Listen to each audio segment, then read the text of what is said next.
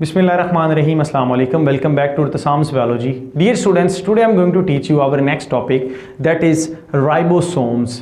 इससे previous lectures के अंदर हमने cell membrane, cell wall and as well as endoplasmic reticulum के बारे में पढ़ लिया है।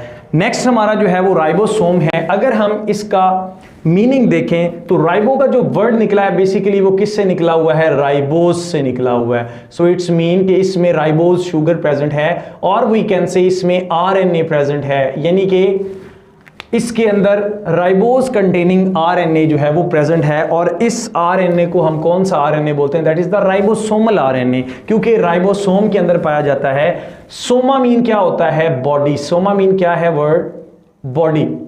और we can say these are the small tiny particles, tiny granules, गोल गोल से हैं, स्फेरिकल हैं। ये हमें किसने बताया? जब पैलेट जो थे 1955 के अंदर सेल को स्टडी कर रहे थे तो उन्होंने क्या देखा कि न्यूक्लियस के अंदर इस तरह की ग्रैन्युलर बॉडीज प्रेजेंट थी। इसी तरह से एंडोप्लाज्मिक रेटिकुलम में, लेफ्ट एंडोप्लाज्मिक रेटिकुलम के ऊपर भी ये small tiny granular body present थी। और ये इस तरह से डियर स्टूडेंट्स फ्रीली फ्लोटिंग भी थी। और सम टाइम ये किसके साथ जुड़ी हुई थी? मैसेंजर आरएनए के साथ जुड़ी हुई थी। तो बेसिकली ये इसकी अक्रंस है कि राइबोसोम्स कहाँ कहाँ पाए गए थे।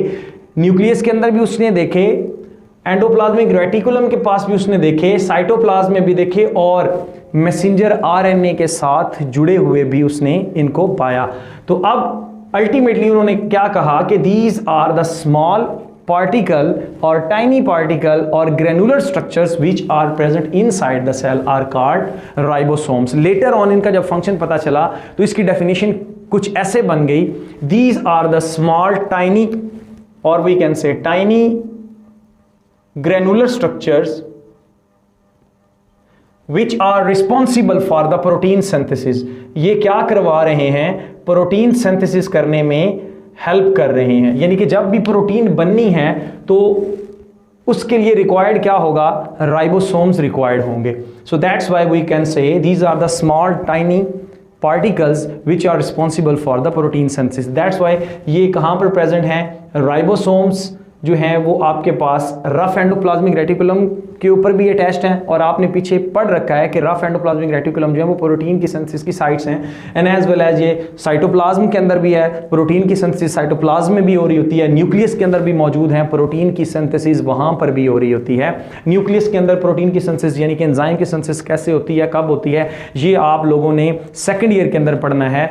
आप लोग जब ट्रांसलेशन एंड ट्रांसक्रिप्शन के चैप्टर पढ़ेंगे तब आपको पता चलेगा। बेसिकली न्यूक्लियस के अंदर डीएनए डिवाइड करना होता है, तो डिवाइड करने के लिए, रेप्लिकेशन करने के लिए उसको बहुत सारे एंजाइम की जरूरत होती है। तो वहां पर ये क्या करवा रहे होते हैं? न्यूक्लियस के अंदर बहुत सारी इंपॉर्टेंट प्रोटीन्स बनवा रहे होते हैं। तो अक्रस में हमें पता चल गया साइटोप्लाज्म, न्यूक्लियस एंड आपके पास आते हैं मैसेंजर आरएनए के साथ भी अटैच हैं एंड रफ एंडोप्लाज्मिक रेटिकुलम के साथ भी अटैच हैं। दूसरी हम बात करेंगे कि इनकी कंपोजिशन क्या है, किस चीज से ये मिलकर बने हुए हैं राइबोसोम्स। तो पता चलता है कि ये RNA and as well as protein से मिलकर बने हुए हैं। अगर हम यूकैरियोट्स की बात करते हैं तो यूकैरियोट्स के अंदर आरएनए और प्रोटीन की जो अमाउंट है वो बराबर बराबर होती है। मतलब 50% आपके पास राइबोसोमल आरएनए है, 50% आपके पास क्या है? प्रोटीन्स है। उसके बाद हम बात करते हैं इनकी असेंबली की। ये बन कहां पर रहे होते हैं? बेसिकली जब देखा गया कि सेल के अंदर, न्यूक्लियस के अंदर, यहां पर देखें ये न्यूक्लियस है, दिस इज कॉल्ड न्यूक्लियस। और इस न्यूक्लियस के अंदर फर्दर एक स्ट्रक्चर है दैट इज द न्यूक्लियोलस। ये आपके पास क्या? न्यूक्लियोलस है। इस न्यूक्लियोलस के अंदर यहां पर दो चीजें बनती हैं, एक बनता है राइबोसोमल आरएनए और दूसरा बनता है राइबोसोमल सब यूनिट्स। यानी कि छोटे और बड़े जो यूनिट्स हैं वो कहां पर बन रहे हैं? न्यूक्लियोलस के अंदर। तो इट्स मीन कि इसकी जो सिंथेसिस है वो न्यूक्लियस में, न्यूक्लियोलस के अंदर हो रही होती है और फिर इसको ट्रांसपोर्ट किया जाता है न्यूक्लियस से बाहर by the help of nuclear pore. ये जो छोटे छोटे पोर आपको नजर आ रहे हैं ये क्या कहलाते हैं? Nuclear pore. और जैसे ये यहां से निकलते हैं या तो ये रफ एंडोप्लाज्मिक रेटिकुलम के साथ अटैच हो जाते हैं या फिर डियर स्टूडेंट्स ये साइटोप्लाज्म में आ जाएंगे या फिर फौरन से ये मैसेंजर आरएनए के पास आएंगे ताकि प्रोटीन बनाने का अमल जो है उसको स्टार्ट किया जाए। यहां पर मैंने एक और बात बताई है, राइबोसोमल सब यूनिट्स, तो बात याद रखें, जो राइबोसोम पूरा स्ट्रक्चर है उसमें एक बड़ा सब यूनिट होता है और दूसरा आपके पास छोटा सब यूनिट होता है। जब ये दोनों मिलते हैं, बड़ा एंड छोटा सब यूनिट, आप इसको बोलते हैं दिस इज द लार्जर सब unit, this is the smaller सब यूनिट। तो ये पूरे का पूरा आपके पास क्या कहलाता है, राइबोसोम कहलाता है।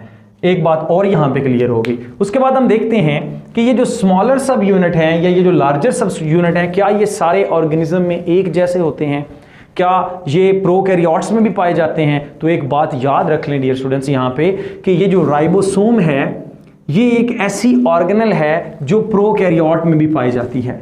अब यहाँ पर हमारा एक कॉन्सेप्ट जो है वो खराब हो जाता है। हम कहते हैं कि प्रोकैरियोट्स के अंदर तो मेम्ब्रेन बॉन्डेड मेम्ब्रेन होती ही नहीं है।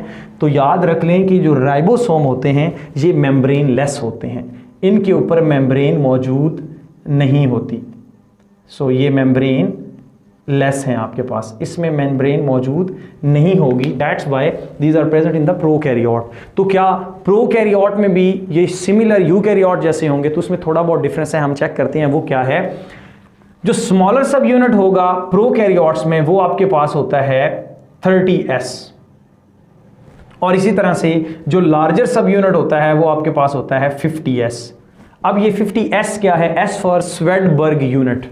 बेसिकली जब अल्ट्रा सेंट्रीफ्यूगेशन की स्वेडबर्ग ने, तो उसने क्या किया, इनकी जो डेंसिटी को मेजर करते हुए एक नई यूनिट जो थी वो इंट्रोड्यूस करवाई और उसका नाम क्या था, स्वेडबर्ग। तो वो कहता है कि इसकी जो यूनिट्स हैं ये कितने हैं, 30 हैं, इसके स्वेडबर्ग यूनिट कितने हैं, वो हैं आपके पास 50। तो जब ये दोनों इकट्ठे होते हैं, मिसाल के तौर पर ये दोनों जब इकट्ठे होते हैं तो ये बराबर हो जाते हैं 70S के।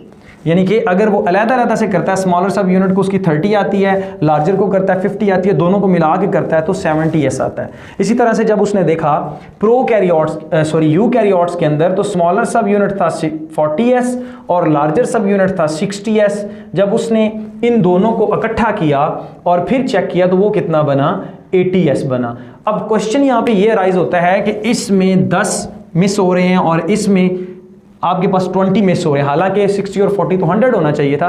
तो एक बात याद रखें कि जब ये एक दूसरे के साथ मिलते हैं तो मिलते वक्त ये जो पॉइंट्स हैं ये आपके पास क्या हो जाते हैं, इसमें से रिमूव हो जाते हैं। सो इट्स मीन कि अलग-अलग की डेंसिटी और होगी या स्वेडबर्ग यूनिट्स और होंगे, जब इकट्ठे होंगे तब उनके स्वेडबर्ग यूनिट्स जो हैं वो और हो जाएंगे। तो ओवरऑल जब ये दोनों इकट्ठे होते हैं तो स्वेडबर्ग यूनिट जो है वो कम हो जाते हैं। अब इसकी अटैचमेंट कैसे होती है, क्या ये जो आपके पास लार्जर और स्मॉलर सब यूनिट हैं ये ऐसे ही अटैच हो जाएंगे या फिर इनको कुछ चीज़ चाहिए होगी अटैचमेंट करने के लिए? तो वो डियर स्टूडेंट्स हमारे पास आता है मैग्नीशियम आयन। मैग्नीशियम आयन जो होता है वो इनको आपस में जोड़ने के लिए मददगार साबित होता है।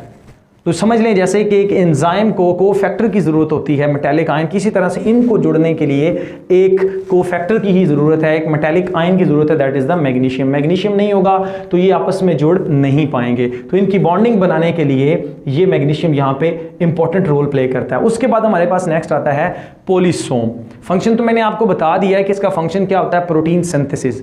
तो वर्ड आया है पोलीसोम, हमारे पास एक नया वर्ड है। ये क्या है, ये जो मैसेंजर आरएनए होता है, मैसेंजर आरएनए बेसिकली क्या है, आपको पता है कि डीएनए क्या करता है, आरएनए बनाता है और आरएनए से फिर प्रोटीन बनाई जाती है। तो ये जो आरएनए है ये एक कोड के तौर पे काम कर रहा है, एक मैसेंजर के तौर पर एक मैसेज लेकर आया है। मैसेज कहाँ से आया जी, न्यूक्लियस से, कि भाई आपने प्रोटीन बनानी है। तो इसके ऊपर क्या होता है, ये स्मॉलर सब यूनिट और ये आपके पास लार्जर सब यूनिट, इसी तरह से ये स्मॉलर सब यूनिट, ये लार्जर सब यूनिट, ये स्मॉलर, ये लार्जर, ये स्मॉलर, ये लार्जर। तो एक मैसेंजर आरएनए पर बहुत सारे राइबोसोम जब जुड़ते हैं तो वो आपके पास क्या बना देते हैं, that is the polysome. Poly mean many, poly mean many and soma mean bodies, बहुत सारी बॉडीज, यानी कि बहुत सारे राइबोसोम्स जब मैसेंजर आरएनए के साथ अटैच होंगे ये आपके पास क्या कहलाता है, पोलीसोम। ये स्पेसिफिक स्ट्रक्चर कहलाता है। और इस पोलीसोम का काम क्या है, इसका काम है प्रोटीन को बनवाना, प्रोटीन सिंथेसिस। अब देखें हमारे जिस्म में कितने ही एंजाइम हैं, वो किस से मिलकर बने हुए हैं, प्रोटीन से मिलकर बने। और वो प्रोटीन जो है वो किस तरह से बनती है, वो बेशक जो कोई भी प्रोटीन हो, जैसी भी प्रोटीन हो, उसने इसी प्रोसेस से गुजर कर जाना है। मैसेंजर आरएनए और राइबोसोम ने मिलकर क्या बनवानी है, प्रोटीन बनवानी है। इस तरह से कि ये जो इसकी जो अटैचमेंट है, फिर यहाँ पर मैसेंजर आरएनए के ऊपर भी कौन करवाता है, मैग्नीशियम आयन ही करवाता है। तो इस तरह से ये बहुत ही इंपॉर्टेंट ऑर्गेनेलीज हैं। इट्स मीन कि सेल के अंदर जितनी भी प्रोटीन्स बननी है, ये जो मेरे बाल देख रहे हैं, ये नेल देख रहे हैं, या सेल मेम्ब्रेन के अंदर जितनी प्रोटीन्स हैं, या फिर डीएनए रेप्लिकेशन के लिए प्रोटीन चाहिए होती हैं, इवन दैट ये सारा प्रोसेस ये भी करने के लिए बहुत सारी प्रोटीन चाहिए होती हैं। ये सारे एंजाइम, ये जो सारी प्रोटीन्स होती हैं, ये कौन बनवाते हैं, खुद बजाते खुद राइबोसोम्स बनवा रहे होते हैं। सो ये था आज का हमारा टॉपिक। इंशाल्लाह नेक्स्ट लेक्चर के अंदर हमने गोल्गी एपरेटस के बारे में पढ़ना है। Stay connected. Thank you and अल्लाह हाफिज़।